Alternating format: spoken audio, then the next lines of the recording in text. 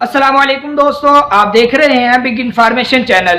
दोस्तों, हम में से अक्सर ऐसे लोग हैं कि जो इस्तेमाल शुदा यानी सेकंड हैंड मोबाइल खरीदते हैं और उसे इस्तेमाल करते हैं। लेकिन जब हम ये मोबाइल खरीदते हैं तो इस वजह से हमें बहुत ज्यादा भारी नुकसान भी उठाना पड़ता है। वो इस वजह से कि मोबाइल में बहुत सारे ऐसे फॉल्ट भी हो जाते हैं कि जिसकी वजह से हमें नुकसान उठाना पड़ता है, हमें पता नहीं चलता। खरीदते वक्त हम उन चीजों को मद्देनजर नहीं रखते कि जिनकी वजह से हम नुकसान से बच सकते हैं। दोस्तों, आज की इस वीडियो में हम आपको ऐसे नुकसानात के हवाले से आगाह करेंगे और ऐसे तरीके बताएंगे कि जिनकी वजह से आप बहुत सारे नुकसानात से बच सकते हैं, अपना मोबाइल सेफ तरीके से आप खरीद सकते हैं। आपको 10 ऐसे तरीके बताएंगे कि जिनको आप मद्देनजर रखते हुए मोबाइल खरीदेंगे।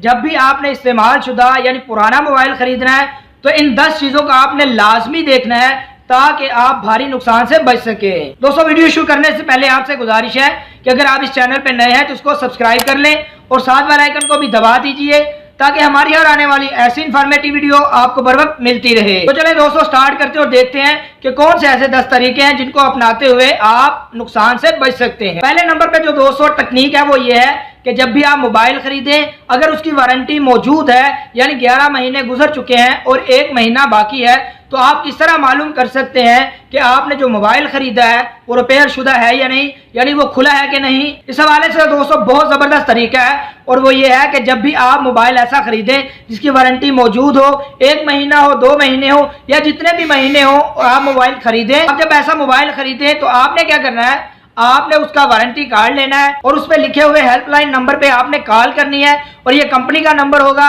या जिन्होंने वो वारंटी शो की होगी, आप उन्हें फोन करें और ये बताएं कि आपका जो मोबाइल है आपने वो खरीदा है किसी से, सेकंड हैंड है। ऐसा आप उनसे दरखास्त करें कि आपको वो बता दें कि आपने जो मोबाइल खरीदा है कहीं वो रिपेयर शुदा तो नहीं।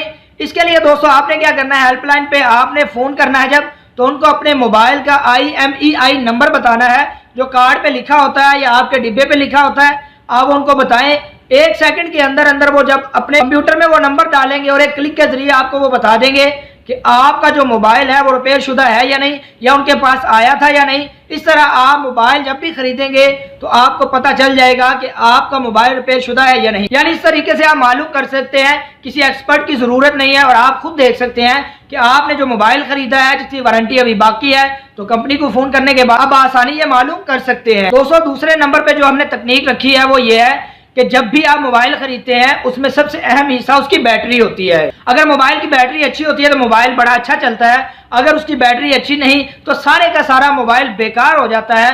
तो आप किस तरह मालूम कर सकते हैं कि आप जो मोबाइल खरीद रहे हैं उसकी बैटरी टाइमिंग अच्छी है। दोस्तों, उसके लिए आपने क्या करना है, सिंपली आपने ऐसे करना है कि आपने अपने मोबाइल का कैमरा ऑन कर लेना है, उसके बाद आप कुछ तस्वीर लें और वीडियोस बनाएं। उसके बाद आप देखें कि आपने पहले जो बैटरी देखी थी वो कितने परसेंटेज पे थी, अब कितने परसेंटेज पे है। इस तरह आपको मालूम हो जाएगा कि कितने फीसद बैटरी गिरी है।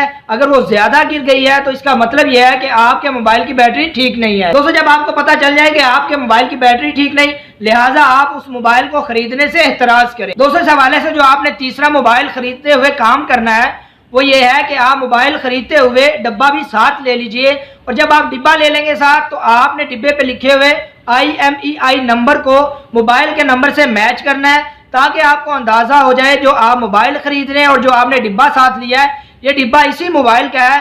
बाद औक़ात ऐसा होता है कि हम डिब्बा ले लेते हैं लेकिन चेक नहीं करते और बाद में घर में आने के बाद हमें परेशानी लायक होती है। हम दुकानदार के पास जाते हैं या अपने उस दोस्त के पास जाते हैं जिससे हमने मोबाइल खरीदा है, तो वो बंदा भी हमारी बात सुनने से इनकार कर देता है। लिहाजा दोस्तों, इसका एक फायदा तो ये होता है आप अपना IMEI नंबर चेक कर लेते हैं और दूसरा बड़ा फायदा ये होता है कि अगर आप वो मोबाइल सेल करना चाहते हैं तो डिब्बा आपके पास महफूज होगा। आप डिब्बे के साथ सेल करेंगे तो ना सिर्फ आपको पैसे अच्छे मिलेंगे बल्कि आपके मोबाइल की अथॉरिटी भी होगी और ये समझा जाएगा कि आपका मोबाइल चोरी का नहीं है। दोस्तों, इस हवाले से चौथा जो आपने तकनीक इस्तेमाल करनी है और वो ये है कि जब भी आप पुराना मोबाइल खरीदें तो उसको लाजमी चेक करें, उसके स्क्रू देखें, उसके पेज देखें, कहीं इनको खोला तो नहीं गया, पेज का इस्तेमाल तो नहीं किया गया, क्योंकि नए जो स्क्रू होते हैं वो बदले हुए नहीं होते और उनमें तो कोई तब्दीली नहीं होती। जिनको खोला जाता है वो ऊपर से चेंज हो जाए। लेकिन दोस्तों, आजकल जदीद मोबाइल आ रहे हैं जिनमें स्क्रू नहीं होता। अगर स्क्रू वाले आप मोबाइल नहीं खरीदते, जदीद मोबाइल है जिनमें स्क्रू नहीं है, तो आपने क्या करना है, केसिंग और LED के दरमियान जो एक खला होता है उसको दबा के देखें कहीं कोई उभरी हुई जगह तो नहीं। आप अच्छी तरह हर एंगल से उसको चेक करें कहीं से ये खुला हुआ तो नहीं, क्योंकि जब आप ऐसा करेंगे, अगर वो खुला हुआ मोबाइल होगा तो साफ पता चल जाएगा, वो उभरा हुआ होगा, सही से फिट नहीं होगा कि जिस तरह कंपनी का फिट होता है। कहते हैं दोस्तों, पांचवा काम जो आपने इस हवाले से करना है कि जब भी आपने पुराना मोबाइल खरीदना है तो आपने अपनी दोनों सिमें भी उसमें डालनी है, मेमोरी कार्ड भी उसमें डालना है, ताकि आप सिम की जैकेट भी चेक कर सकें और ऐसे ही अपने मेमोरी कार्ड की जैकेट भी चेक कर सकें। इसके अलावा दोस्तों, आपने फोन करके दूसरे बंदे से कंफर्म करना है कि आपकी आवाज उस तक सही जा रही है या नहीं। इसी तरह आपने खुद देखना है कि उसकी आवाज आप तक क्लियर आ रही है या नहीं। दोस्तों, इसके साथ साथ आपने अपने मोबाइल पे सिम के सिग्नल चेक करने हैं, वो पूरे आ रहे हैं या वो कम आ रहे हैं, क्योंकि उसकी वजह से बाज़ औक़ात ऐसा होता है कि सिग्नल कम आते हैं या ज्यादा आते हैं। अगर कम ज्यादा होते हैं तो इसका मतलब ये है कि आपके मोबाइल में गड़बड़ है, तो लिहाजा आप इस मोबाइल को खरीदने से बचें। दोस्तों, इस हवाले से छठी बात जो आपने मद्देनजर रखनी है वो ये है कि जब भी आप पुराना मोबाइल खरीदते हैं, या आजकल आपको पता है कि हम मोबाइल खरीदते हैं पीटीए से तस्दीक करवाना जरूरी है। दोस्तों, जब आप ऐसा मोबाइल खरीदते हैं कि जिसके बारे में आपको इल्म नहीं कि ये पीटीए से तस्दीक शुदा है कि नहीं, अगर आप ऐसा मोबाइल खरीद लेते हैं जिसके बारे में आपको इल्म नहीं, तो दोस्तों आपने क्या करना है, 8484 पे अपने मोबाइल का IMEI नंबर सेंड करना है। उसके फौरन बाद दोस्तों आपको एक मैसेज मौसूल होगा जिसमें आपको बता दिया जाएगा कि आपने जो ये मोबाइल खरीदा है वो पीटीए से तस्दीक शुदा है या नहीं। तो लिहाजा इस तरीके से दोस्तों आप अपने मोबाइल का ये चेक कर सकते हैं कि वो पीटीए से तस्दीक शुदा है या नहीं, या आप वैसे ही मोबाइल खरीद लेते हैं तो वो कुछ दिन बाद बंद हो सकता है। लिहाजा मोबाइल खरीदते वक्त तो आप ये काम लाजमी कर लें। दोस्तों, पुराना मोबाइल खरीदने के हवाले से जो आपको मैं 7वां मशवरा देना चाहता हूँ वो ये है कि जब आप मोबाइल फाइनल कर लें, उसकी डील फाइनल हो जाए, हर चीज़ आप चेक कर लें, तो आप वहां पे खड़े खड़े उस मोबाइल को रीसेट कर लें। यानी आप उसको रीसेट करने का मतलब यह है कि आप उसको रीसेट करें, रीस्टार्ट आप ना करें। रीसेट करने का मतलब ये होता है कि आप हर चीज को डिलीट कर देते हैं, वो मोबाइल नए सिरे से उसी तरह हो जाता है कि जिस तरह आपने मोबाइल डिब्बा पैक खरीदा है। और रीस्टार्ट करने का मतलब दोस्तों ये होता है कि आप मोबाइल को बंद करके दोबारा से चलाते हैं। दोस्तों, इसके दो फायदे होते हैं। एक तो जिससे आपने मोबाइल खरीदा है उसे ये यकीन हो जाता है कि कोई ऐसा पर्सनल डाटा नहीं है जो उसके काम का था या उसके हवाले से उसे परेशानी हो सकती है। दूसरा फायदा दोस्तों आपको होता है और वो ये होता है कि बाज़ औक़ात हमने कोई ऐसे लॉक लगाए होते हैं, पासवर्ड लगाए होते हैं, जिसकी वजह से हम घर जाते हैं तो हमें पता चलता है कि ये पासवर्ड लगा हुआ है। अगर आप फौरन उसे रीसेट करेंगे तो आपके लिए कोई मसला नहीं रहेगा। दोस्तों, पुराना मोबाइल खरीदते हुए एक बात और जो आपने मद्देनजर 8वीं रखनी है वो ये है कि जब भी आप मोबाइल खरीदें फौरन आप वहां से न निकले, बल्कि आप उस बंदे से 1-2 दिन का टाइम ले लें ताकि आप अच्छी तरह उस मोबाइल को चेक करें, उससे जमानत ले लें। बगैर जमानत, बगैर 1-2 दिन का टाइम लिए आप कभी भी मोबाइल को ना खरीदें। दोस्तों, उसकी वजह यह है कि बाज़ औक़ात हमें फौरन उस चीज़ का फॉल्ट का पता नहीं चलता। जब हम घर जाके इस्तेमाल करते हैं बाद में हमारे सामने वो फॉल्ट आता है, जिसकी वजह से हम दोबारा अगर दुकानदार के पास जाएं या उस दोस्त के पास जाएं जिससे हमने मोबाइल खरीदा होता है, तो वो हमारी बात सुनने से इनकारी होते हैं, बल्कि वो ये कहते हैं कि हमने तो आपको मोबाइल ठीक दिया था। लिहाजा दोस्तों, जब भी आप मोबाइल खरीदे तो 1-2 दिन का टाइम लाजमी ले लिया करें। दोस्तों, नवी बात जो आपने इस हवाले से मद्देनजर रखनी है वो आपको पता है दोस्तों कि आजकल मोबाइल बहुत ज्यादा चोरी होते हैं, डकैतियां भी होती हैं, लोग सेल कर देते हैं और बाद लोग उन्हें खरीद लेते हैं, जिसकी वजह से वो मोबाइल की वजह से दोस्तों वो लोग पकड़े जाते हैं। दोस्तों, कभी भी आप चोरीशुदा मोबाइल ना खरीदें और ना ही ऐसा मोबाइल खरीदें जो किसी वारदात में इस्तेमाल हुआ हो। लेकिन दोस्तों, हमें पता कैसे चलेगा कि ये मोबाइल चोरी का है या वारदात में इस्तेमाल हुआ है? दोस्तों, अगर आप इस चीज से बचना चाहते हैं तो ये काम आपने लाजमी करने हैं।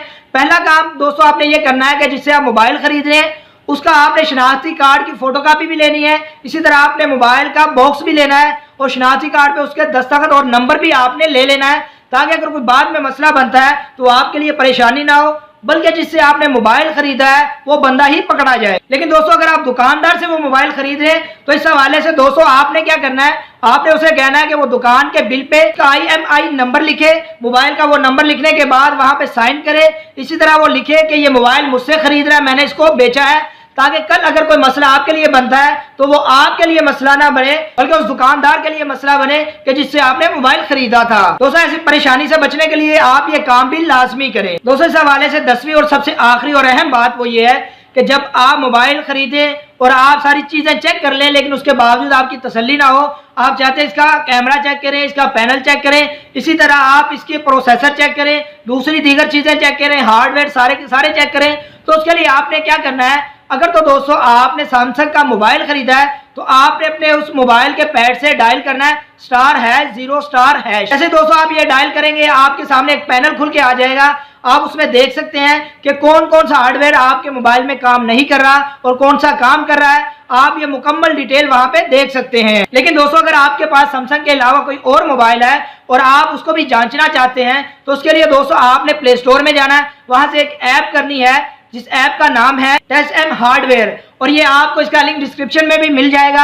आपने उस ऐप को डाउनलोड करना है। उसके बाद जैसे ही आप उस ऐप को इस्तेमाल करेंगे, सारा का सारा आपके मोबाइल का डाटा सामने आ जाएगा, पैनल खुल जाएगा और आप बआसानी देख सकते हैं कि कौन कौन सी चीज आपके मोबाइल में काम नहीं कर रही, कौन सा हार्डवेयर आपके मोबाइल में गड़बड़ है और कौन सा काम कर रहा है। दोस्तों, उम्मीद है कि आज की ये वीडियो आपको पसंद आई होगी। अगर आज की आपको ये वीडियो पसंद आई है तो इसको लाजमी लाइक कीजिएगा और शेयर भी कर दीजिएगा और साथ ही चैनल को सब्सक्राइब भी कर लीजिए ताकि ज्यादा से ज्यादा लोगों का फायदा हो सके।